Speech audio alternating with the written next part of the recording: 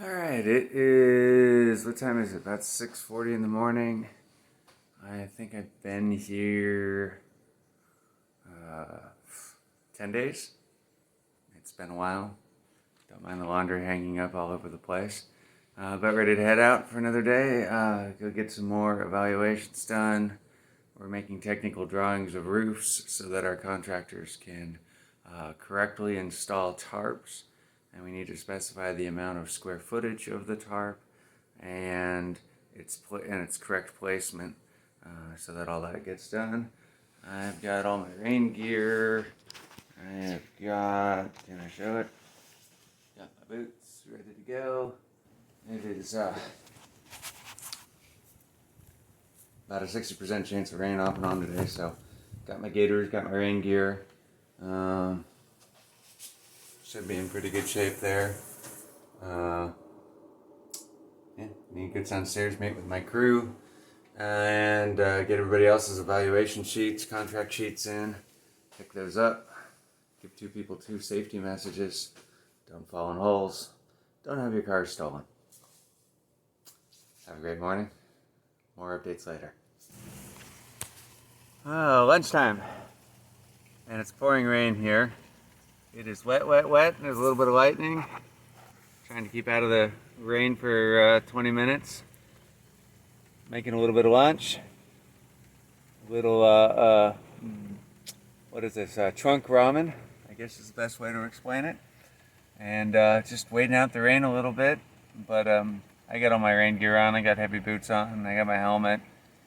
It's not slowing me down too much. Just somebody needs to make a umbrella for clipboards. I don't know why there isn't one. Although, I'll bet you if I look in Amazon there is. Anyways, boil some water, make some soup, have some lunch. Now, I just got back to my hotel room. And I have no idea how bad my feet are. Sorry, work's hard. 14-hour day, 12-hour day. Who does that to you? No idea how bad my feet are. So, let's take a little bit of a look-see. And I have a particularly good affinity for firefighters right now. Wildland firefighters, because a lot of them fight fires all day and go to sleep in wet boots. You wake up in the morning and you strap on those wet boots and you go fight more fires. Come on, Velcro. One day. So at least the nice thing about the gaiters is they do slow down the water coming from top. So the top's my boots. Alright, let's try that one more time. Now that we can see. And now the phone calls are over with. So, yeah, most of today was pouring rain. And if it wasn't pouring rain, it was drizzling rain. If it wasn't drizzling rain, it was doing something in between pouring rain and drizzling rain. And most of my day was wandering across people's backyards. People who have no idea what gutters are or what French drains are. Oh yeah, that is soaked. I bet you I could squeeze water out of that. Oh yeah. I also spent spent a little bit of time trying to find a boot dryer in this area. Oh yeah. Not too bad. I would have expected a little bit more wrinkle. But socks are definitely soaked. These are supposed to be waterproof boots, but any leather boot, after a certain amount of soaking, it just goes right through. So, fun part will be seeing how dry they are in the morning, and how much fun it'll be to put wet boots on in the morning.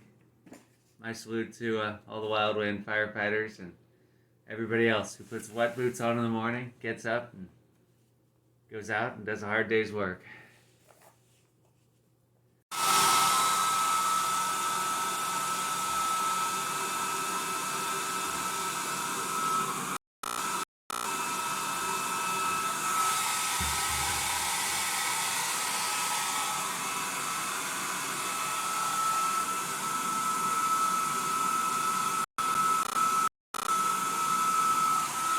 gonna smell lovely in here, but I'm gonna have dry boots or something. Improvise, adapt, overcome. Or in this case, hairdryer your boots. Now I just need to figure out if I have another hairdryer or who I can steal one from. Yep, next morning. They are not exactly wet, but they're not exactly dry either. But they're definitely on the drier side. I basically ended up going down to the hotel lobby and getting a second hairdryer. And then I got on Amazon and I ordered a boot dryer because, well, you know, dry boots, hotel room, might as well have it. Nice, getting out of here. Time to go do some more of these. So what is it about trees growing in gutters around here? I mean, does anybody clean gutters around here? Anybody understand that, you know, when you have a 3-foot high tree grow, does anybody understand when you have a 3-foot high tree growing in a gutter like the one right there behind me, that may not be a good thing? Clean those gutters, folks, come on. And, you know, put your downspouts back on and get your water to go places where it's not supposed to. Or get your water to go where it's supposed to. So for dinner tonight, stupid thing likes to close on me. I hate this car. The door likes to close on me. Tonight I am making some ramen soup and add some diced carrots, a little bit of extra flavor.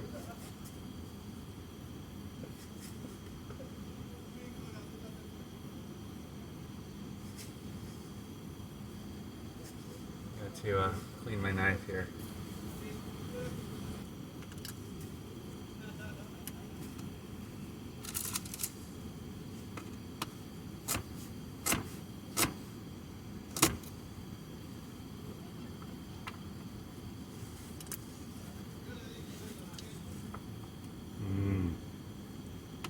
Dinner. So yeah, beef ramen with carrots. Need to go get some onions. That's gonna be dinner tonight. Alright, so here it is, another morning out driving, working on evaluations, measuring roofs, getting square footage, evaluating damage, and getting these forms turned in so we can get tarps up on these roofs. We're making good progress. We're several weeks into doing these evaluations at this point. We've sent a lot of our team members home. I believe the 800 number, the sign-up period is closed at this point. So we're now consolidating our teams. I think we're down to 24 folks, and I think we were up quite a bit higher on those numbers. So this morning we all gathered in a parking lot, and we're divided up into 3 new teams led by our 3 good folks, and got assignments for the morning, and I'm heading on out and doing things. I am happy that rumors of us being paired up with folks have not come true, just from a COVID perspective. Really didn't want to drive with another person because didn't want to have to wear a mask in the truck all day. Turn left onto 3rd Street. So, off here, almost at another evaluation. Gonna get that done and move these on down the road so we can get more people helped out. Turn left So onto here's a little bit Chippewa of something Street. interesting. I love these houses, and this is a cool house, but take a look at that. Do you think that thing's got a little tilt to the left? Let's walk this thing a little bit closer. Take a look at this here real quick.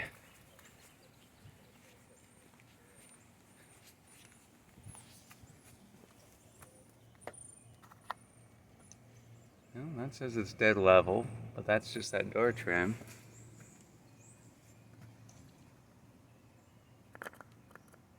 That one says it's dead level.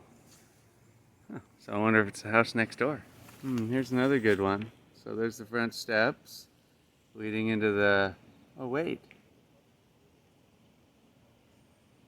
Pretty incredible what a hurricane can do.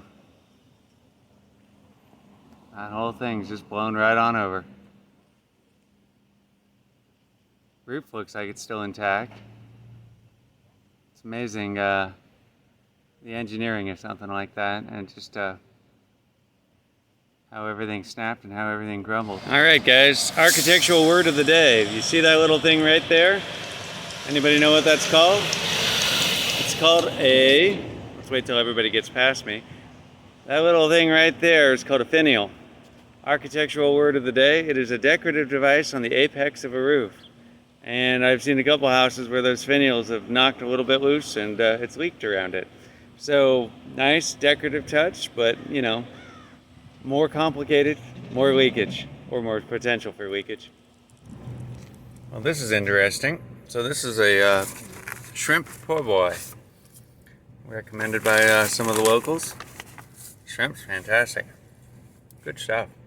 Interesting food around here. Interesting place. Lunchtime. There you go, there's another example. Anybody remember what those things are called on the peaks? 3 more finials right up there. Really nice looking ones too. Beautiful house. Really cool architecture. Looking at this morning's weather, and I'm gonna say that it is probably going to be raining this afternoon. Probably around 4 or 5. So I'm gonna have to be prepared for that. I'm gonna make sure I have my rain gear ready. The elevators in this hotel are so slow. I've been here for 3 minutes. I am still waiting for this thing to come up. I hate this hotel. The elevators are slow. The rooms, you can see light. Yeah, here we go. So just for reference, I got to go all the way down there to that big lighted sign and past it. And then back in there is the hotel. You go all the way back there to that those windows in the back, and then you go left, and you go all the way past that parking garage to the door. So every morning, I get up and I haul all my gear all the way down there. Once you get to that lighted sign, you go past there, and well, I'll show you. A long way to the truck. Okay, made it to the corner here, and now we're at this silly old mall.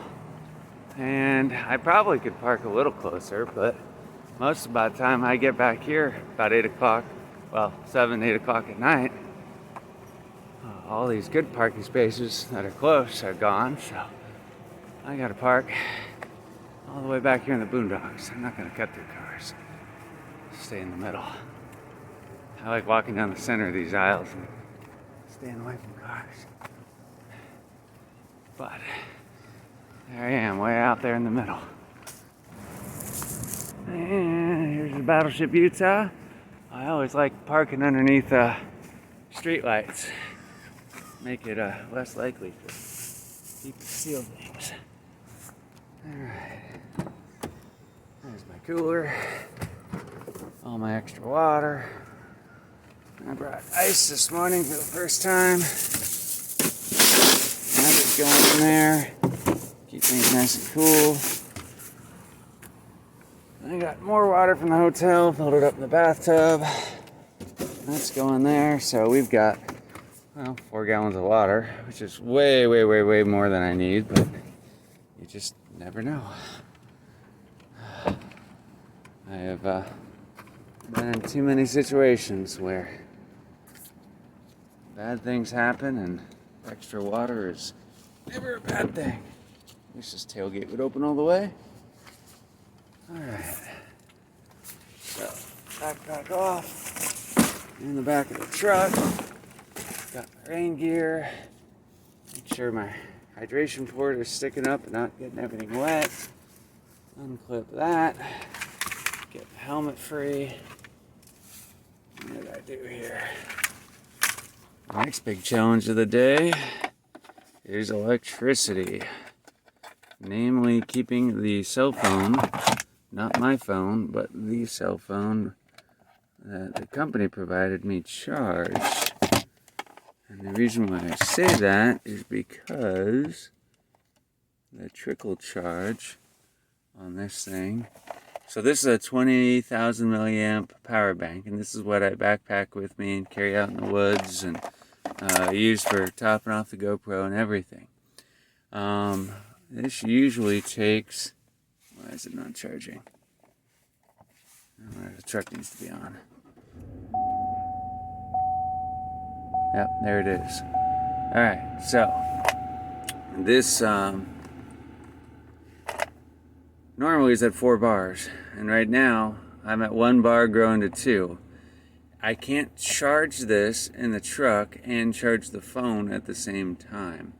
I don't like plugging the phone into this USB port because every time it does, every 30 seconds that Samsung phone asks me if I want to connect to Android Auto and install a bunch of stuff. So you're trying to drive down the street and all of a sudden the instructions or the map or whatever is interrupted by all these flashing prompts, and then you spend 5 minutes closing them all up, only 30 seconds later to have all the prompts pop back up again. So my concern is I have not been able to keep this thing charged. Even charging it all night long, this thing takes, I mean, it's a huge power bank. The inflow on this is not very much. Part of the reason why I like this one is it's got turbocharge. And the turbocharge on these Samsung phones and my Moto Z are fantastic because it does that 9-volt charge and rapidly charges the phone. So, all good things. Got birds passing overhead. Alright, well, time to hit it. And I still got my engine oil light on. I need to go find a car rental place and see if they can fix that for me. Change the oil. Silly little things. Lots of details. Alright, so this thing is usually 6 swiper. Usually takes about 6 swipes before that gate comes out.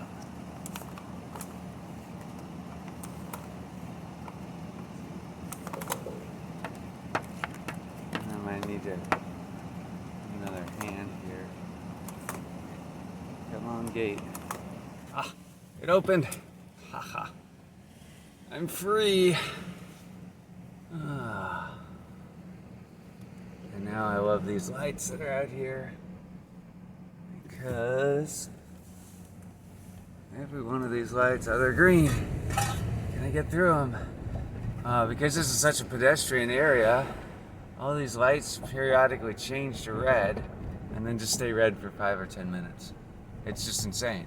You're parking there and there's nobody around and the lights are red. It's just lovely. Alright, let's get out of this tourist trap. Let's go get some roofing evaluations done this morning.